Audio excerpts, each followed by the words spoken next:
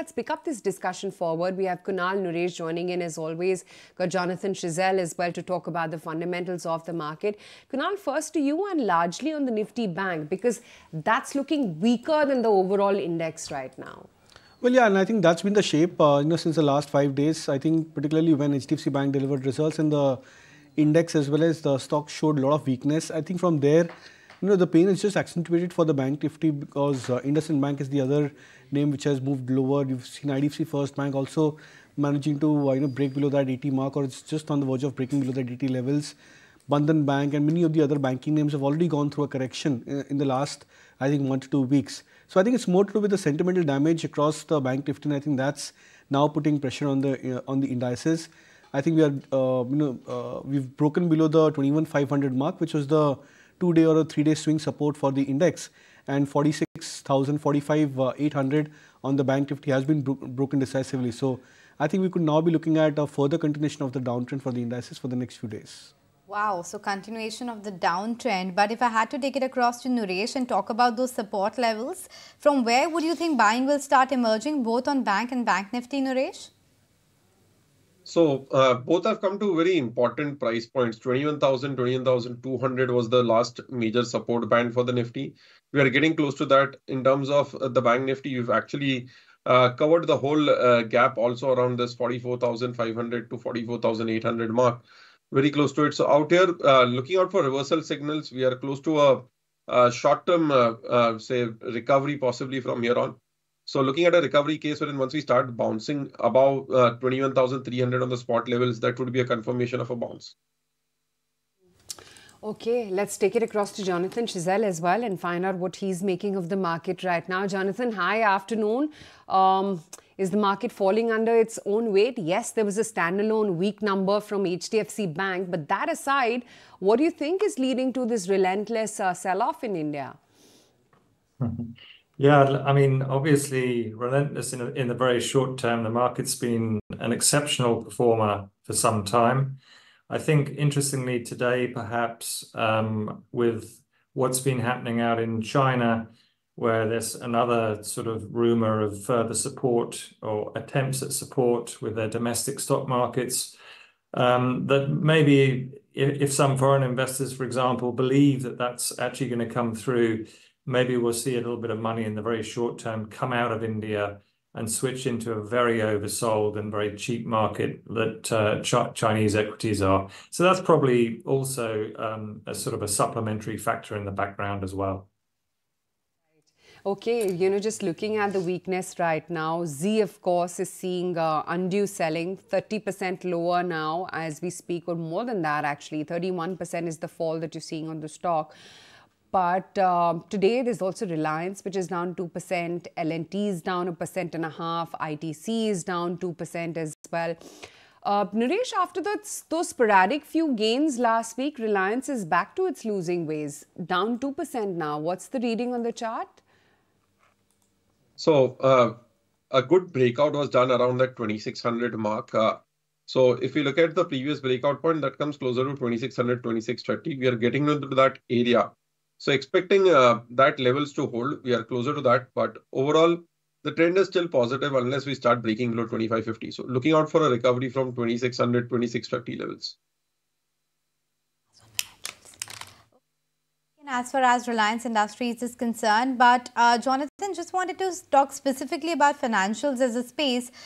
We did talk about, the HDFC Bank numbers and the other private banks, but would you take this dip as an opportunity to buy as a long-term investor, or do you expect better levels to come by and the best is already behind the sector?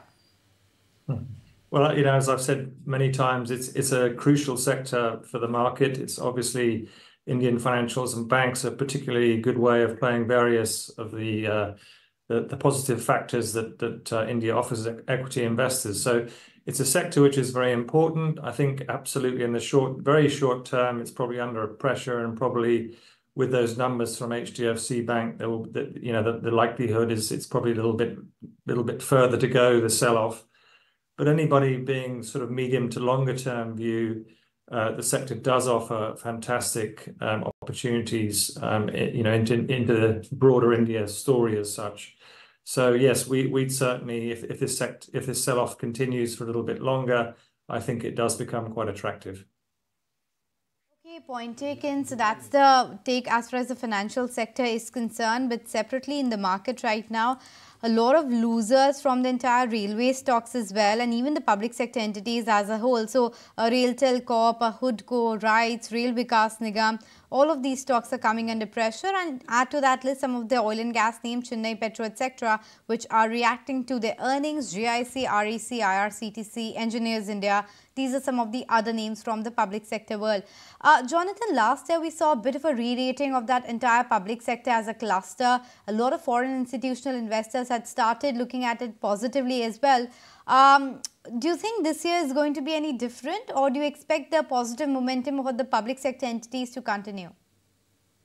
Yeah, I think when the broader market clearly has done as well as it has done over the last few months and couple of years, you tend to find a lot of investors starting to look for other stocks which aren't trading at premium valuations. And generally speaking, the sort of public sector space obviously trades at a slightly, at a discount to the broader market.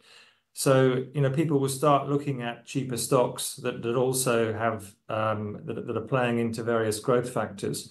And of course, some public sectors companies play into sectors which you can't readily invest in private sector names as well. So there will definitely be interest. You tend to find interest starts to pick up when the market's done pretty well and valuations are on the sort of, higher side of history. Fair enough. Valuations, of course, is something to watch out for, and the kind of run-up that we have seen. But in the meantime, just taking stock of the other big movers, solar space is one which is actually holding up in the green. So Borosil Renewables, Asahi India, a lot of these other names are also doing okay. Sterling and Wilson Solar, despite the kind of sharp cut that we have seen in markets, these stocks have managed to hold up okay. And the other space, of course, is pharma as well. For Zee Entertainment, just wanted to point out that it's down 32% now.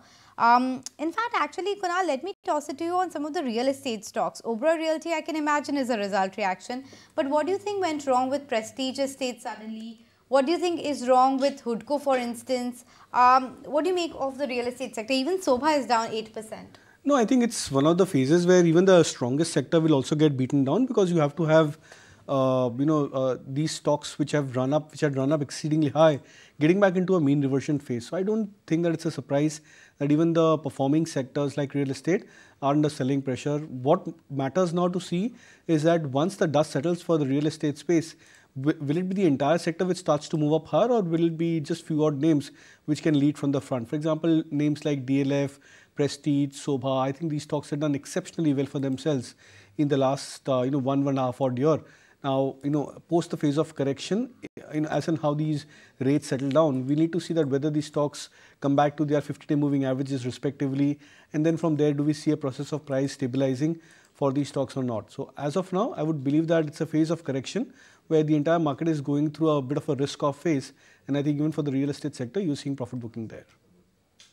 Exactly, the strongest of the lot, and no harm taking some profits off the table. That's Nifty Realty in trade for you, down about 5.25%. Before we take a break, I just want to quickly see whether the weakness is our market alone, or are you seeing some of the global markets as well fall under pressure? And it is a sea of red all across the European screen as well, but we've got to be the global underperformers today, because Asia managed to hold out in the green. Europe is just a smidge in the red. In fact, markets like FTSE are flat. They're not down and out. We'll take a very quick break, continue tracking markets on the other side.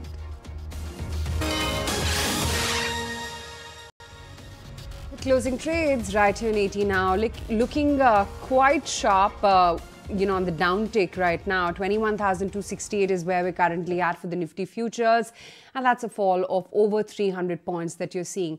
And what's curious to note is that the selling is not abating, so you're slowly just about grinding lower as we speak right now, even though we started off in the green, and from there it's been a very gradual decline. Also the mid and small caps, and I think the mid cap index just hit a fresh life high as of Saturday, and today it's pretty much mirroring the chart of the index. You're again at the session lows pretty much there as well, and similar is the case with the small caps too.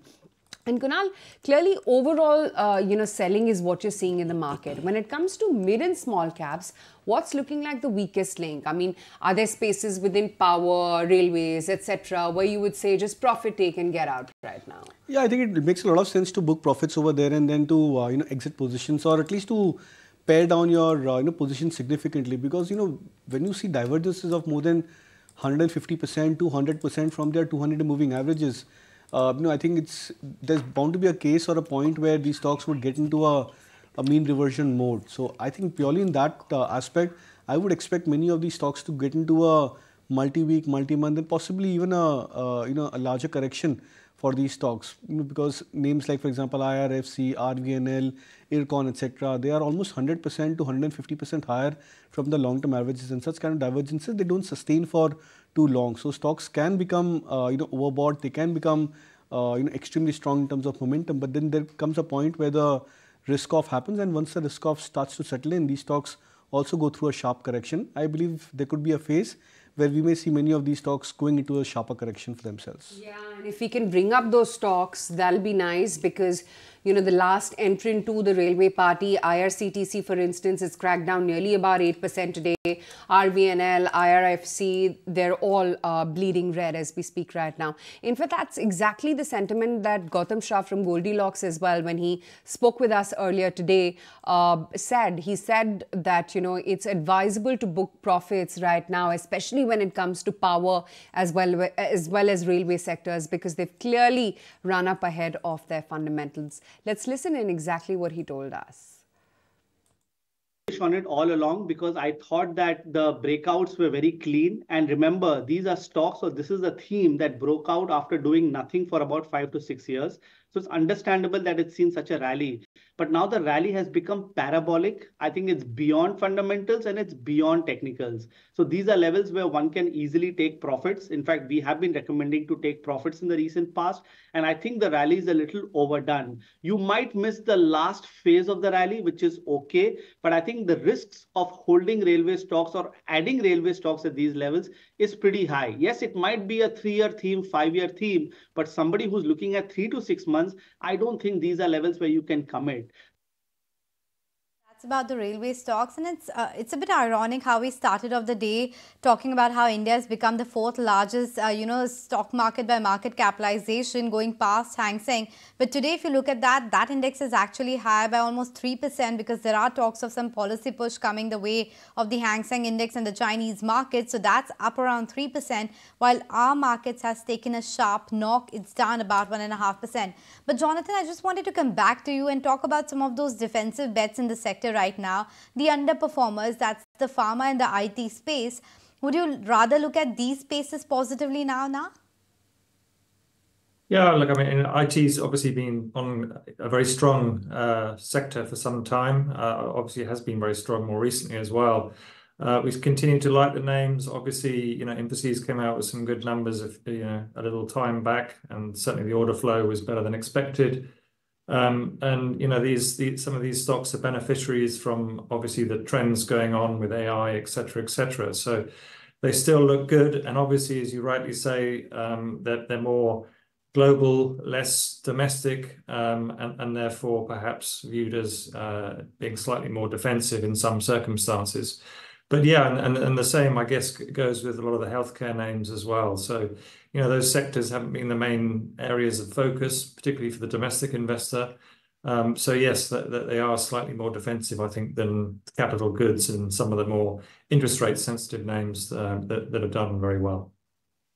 India versus China, Jonathan, how do you think FIIs are perceiving that? Because, of course, there seems to be value on the table when it comes to the Chinese index, but it's a bit of a binary one there as well.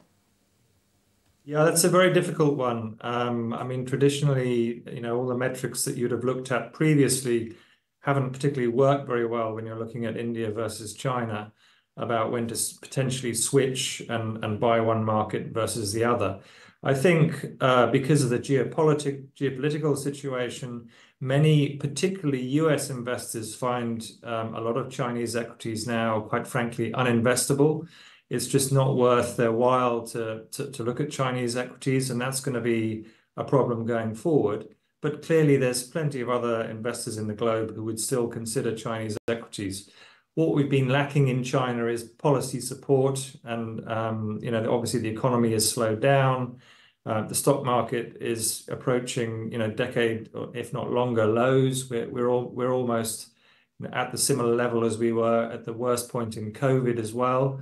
So, and when you compare that to what India's been doing, touching, new all-time highs or within touching distance of it, there's a real contrast there. So, in the very short term, there might, as I said previously, there might be some very short-term money which has come out of India that might be thinking now's the time to buy China. But ultimately, India still is a very good longer-term story. And I think, yes, there might be some money coming out if China starts to outperform, but I still think there's plenty of investors who will still be looking at buying India as well. Okay, point taken. So that's the verdict on India versus China right now. But in terms of the other things to watch out for in the markets right now, India VIX has seen a sharp spike. So that's something to track as well. And otherwise, if you're looking at the big pullers and draggers for the markets right now, it's Reliance, which is down around 2.5%, apart from HDFC Bank and SBI. Even L&T, which had a couple of big upgrades come by today from HSBC as well as Morgan Stanley, both have upgraded the target price to beyond 4,000 now and 4,500 thereabouts. That stock too is seeing quite a bit of slide. If I had to ask you, Jonathan, about Reliance specifically, would you suggest a fresh buying into that stock? Yeah, look, it's there's so many different drivers going on with that particular stock that it is somewhat complicated. But clearly, I think India is going to struggle to perform really well without the biggest stock in the index effectively performing well as well. So it has some great underlying businesses. There's obviously a lot of early stage investments going on in other various sectors. It's a stock that we don't actually own, for various reasons, but I think it is clearly a very important one. And obviously this news with Z and obviously Reliance is obviously with its entertainment business merging or hoping to merge with the Disney side. So there are a lot of moving parts going on with that company, which makes it difficult to keep track of. But it's a clearly important stock, but it's not one that we currently own. Right. Kunal, you track some of the global markets as well, right? Is there any merit in making a case that some of the underperforming emerging markets would now perhaps bottom out from here? I mean, case in point being China, HK? So there could be a possibility that Hong Kong could be one of the markets which could move up higher. But there's a big dichotomy across the movement across the global markets, emerging markets as well as the developed markets as compared to Indian markets. For example, in our markets over the last 3 years from 2020 low specifically, you've seen mid caps and small caps, large caps do exceptionally well. So all three of the key indices, mid caps, small caps and large caps, all of them have given, excellent kind of returns for investors who've managed to ride the tide over the last 3 odd years. But when you look at the, the construct of the global markets, Dow, for example, is above 38,000, but the Russell 2000 index is still at its 2022 lows.